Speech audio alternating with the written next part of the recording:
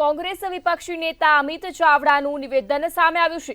વિપક્ષી નેતા અમિત ચાવડાનું નિવેદન સામે આવ્યું છે ત્યારે અમિત ચાવડા દ્વારા નિવેદન આપવામાં આવ્યું।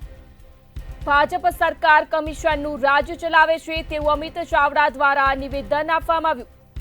છેલ્લા 9 વર્ષમાં 21થી વધુ બ્રિજ તૂટ્યા છે ત્યારે વિપક્ષી નેતા અમિત ચાવડાનું નિવેદન સામે આવ્યું। બ્રિજ તૂટવાની ઘટનામાં અનેક લોકોના જીવ ગયા છે। તંત્ર સામે અમિત ચાવડાએ આક્ષેપ કર્યા છે। વિપક્ષી નેતા અમિત ચાવડા દ્વારા તંત્ર સામે આક્ષેપો કરવામાં આવ્યા। રાજકોટ, વડોદરા, સુરતમાં દુર્ઘટનામાં અનેકના જીવ ગયા।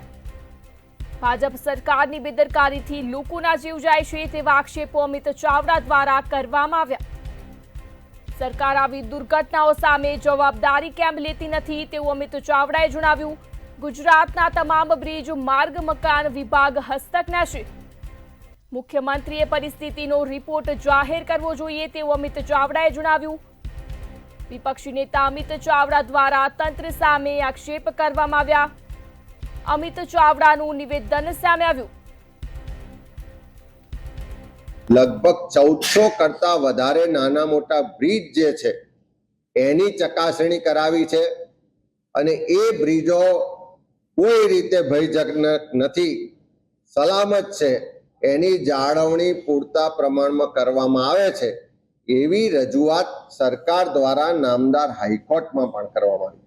એટલે આ સરકાર લોકોને તો ગેરમાર્ગે દોરે છે। વિપક્ષ પોતાની વાત રજૂ કરે, ફરિયાદ કરે, એને તો ધ્યાનમાં નથી લેતી, ગુનાહિત બેદરકારી પણ રાખે છે।